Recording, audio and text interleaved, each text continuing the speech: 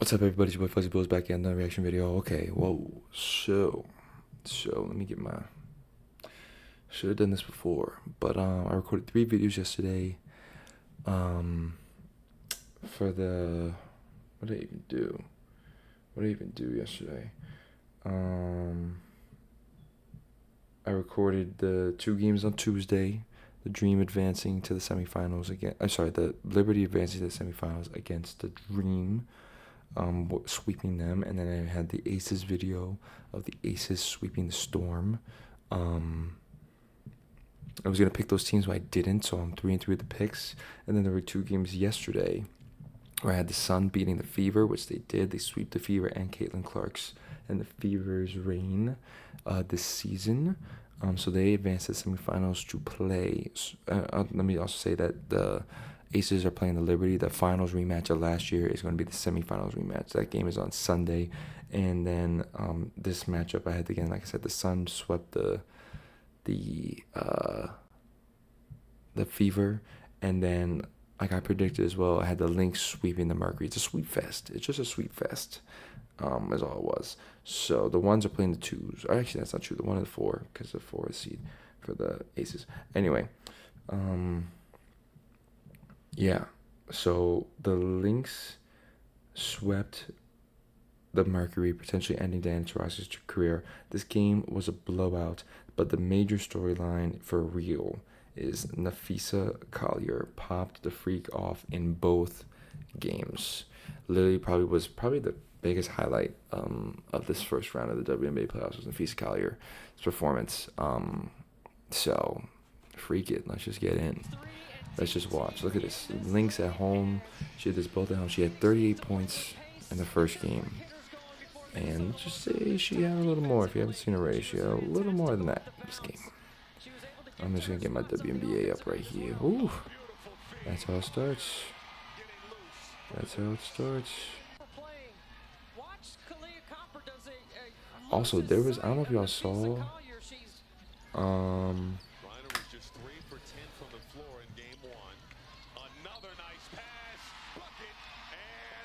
I'm looking at this statement from the WNBA they just posted last night. I believe this has to be in remarks to what was a fan was kicked out of the game in the Fever Sun game.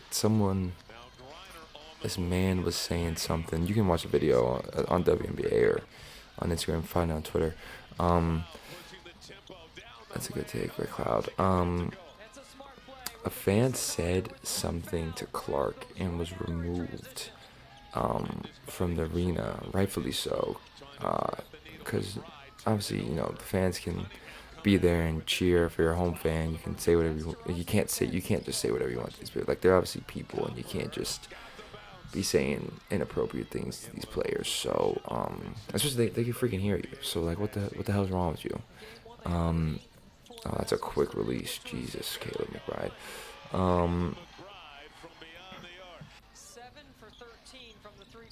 Yeah, they were just, so basically there's just the WNBA released a statement saying that they will not tolerate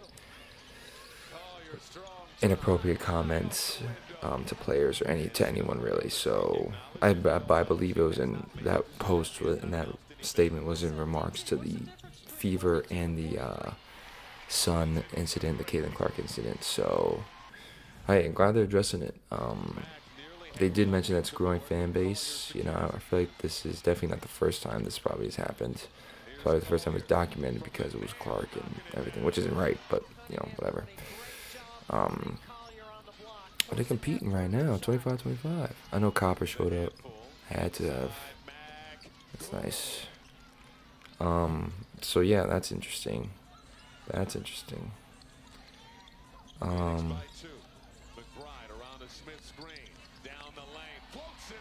Oh, they blowing cupcakes out. Oh, it was a career high for Nafisa this game as well. That's crazy. Oh, Bridget, I love a Bridget Carlton 3. Anything for Bridget Carlton, for real. Yeah. Love it. Yeah, damn. Yeah. We'll talk. I have Collier's information right here, record right here. So potentially Diana Taurasi's last game. Potentially, we will see. Oh, ran into BG, bro. That's tough.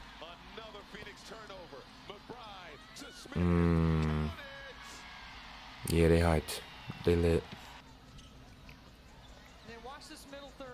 It's just a nice pass. Tried to kick it, couldn't do it.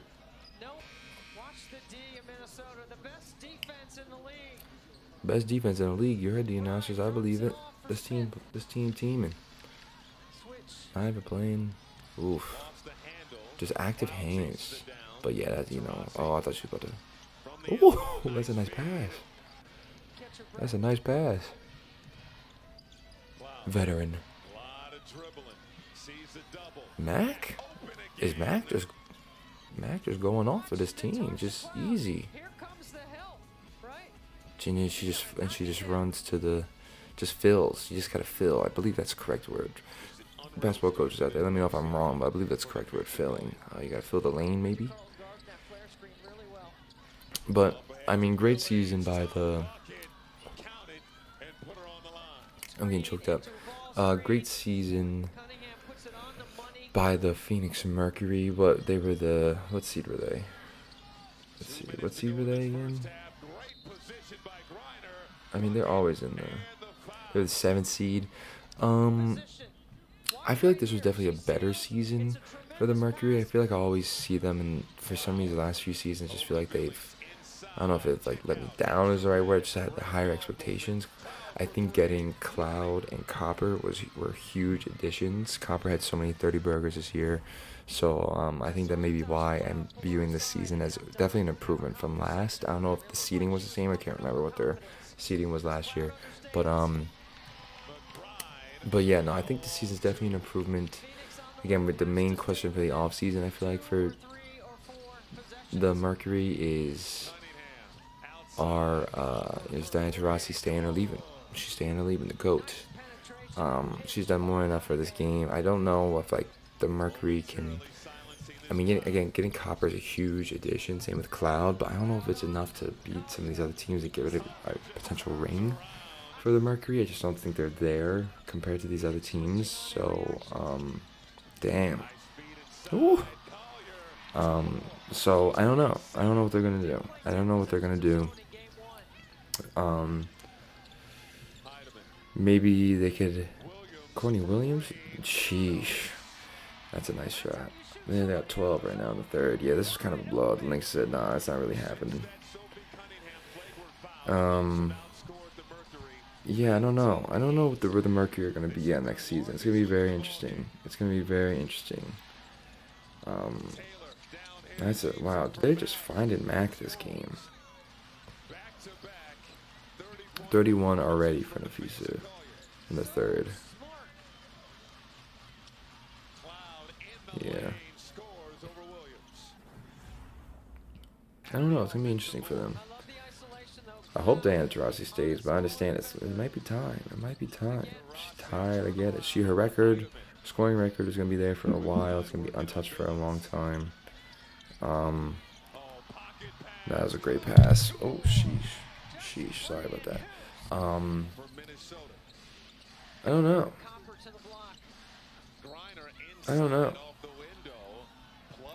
I feel like BG is probably gonna return. I feel like they wouldn't leave together. That'd be insane if the freaking Mercury lost BG and freaking Taurasi in the same offseason. I feel like they would jump. They wouldn't. They would be literally one of the bottom teams. I feel like after that. So I don't know if they're gonna do. I doubt BG's gonna leave. I think it would just be. Maybe Taurasi calls it, then BG says, "Yeah, I'm out next season for a farewell tour." That's a nice shot by Cunningham. Get a farewell tour going. They both deserve it. They're both legends of the WNBA. Sue Bird retired last year, so you know, the league is changing. There are new faces and everything. That's a nice. Carlson has been playing well this season, so I don't know. We'll see what the Mercury do. It's gonna be very interesting to see what they do. Getting Monique Billings was a solid addition for them. Solid addition for them. So crazy. But they got Celeste Taylor on the team, who I like. Oof, too easy.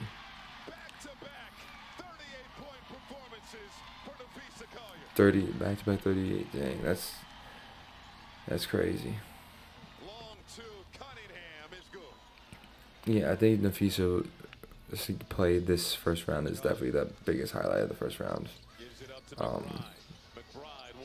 Just absolutely destroyed the Mercury. Single-handedly destroyed this team, which is crazy. But she played like it. Defensive player of the year, putting up 30 burgers, and if you haven't seen it, she put up a 40 burger in this game. So that's ridiculous. Again, she was in the conversation.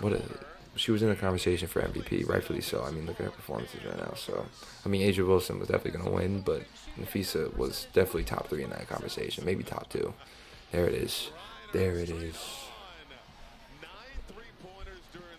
9 3-pointers for BG this regular season. She said, I can't be going to the paint anymore. I got to learn how to shoot the 3. The game's evolving, you know? That's deep. Damn, yeah, they didn't stand a chance. Yeah, they didn't stand a chance, this Mercury team.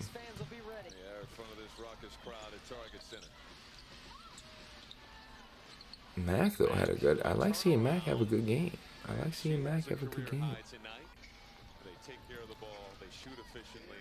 That's it, though. I mean... Celeste Taylor, Diamond Miller's in, Peely's in. They got the bench in, Dorca's in. I don't know who's in zeros. But it's 4 sweeps. A sweep fest. A freaking sweep fest. 4 sweeps this first round of playoffs is crazy. Semifinals about to turn up. But it has to be best of 5. It has to be best of 5 in semifinals. But stats for the Mercury: 24 from BG, 5 rebounds, 10 of 15 shooting, 1 of 2 from 3-point, 2 blocks. Natasha Cloud, great addition to the Mercury team. Double-double, 16 points, 5 rebounds, 10 assists, a steal. Collier Copper, 13 points, 5 rebounds, 2 assists.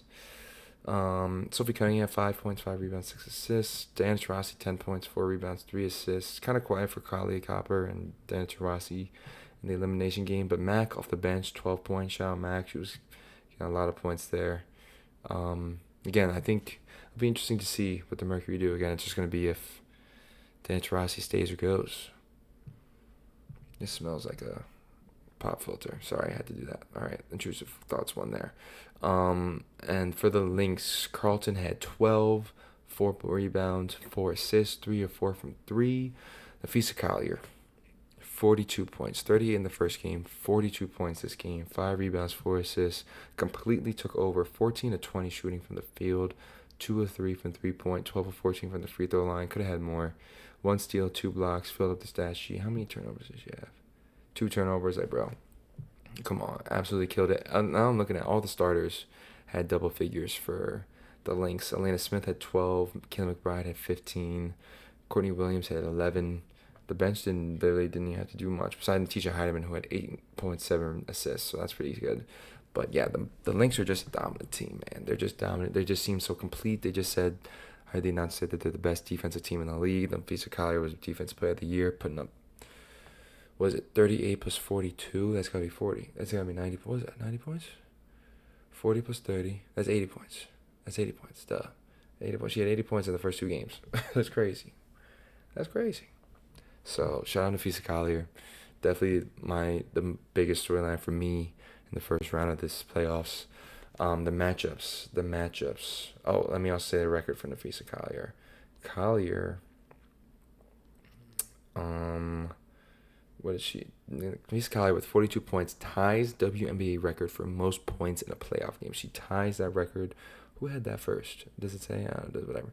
Officially ties the WNBA record. So shout out again, Nafisa Collier. The playoff matchups. I believe these games are on Sunday. Sunday at 3 p.m. You have the finals last year rematch. New York Liberty versus the Las Vegas Aces, and then you have the Minnesota Lynx versus the Connecticut Sun at 8:30 on Sunday. That's going to be crazy. Both the semifinals are going to be insane. Yes, semifinals are best of 5 confirmed, and then the finals are best of 5. So just that first round, that's best of 3. So both teams will get home field, get some home games, which is good. Um, it's gonna be crazy. Semifinals are set, baby. We're here. We're here.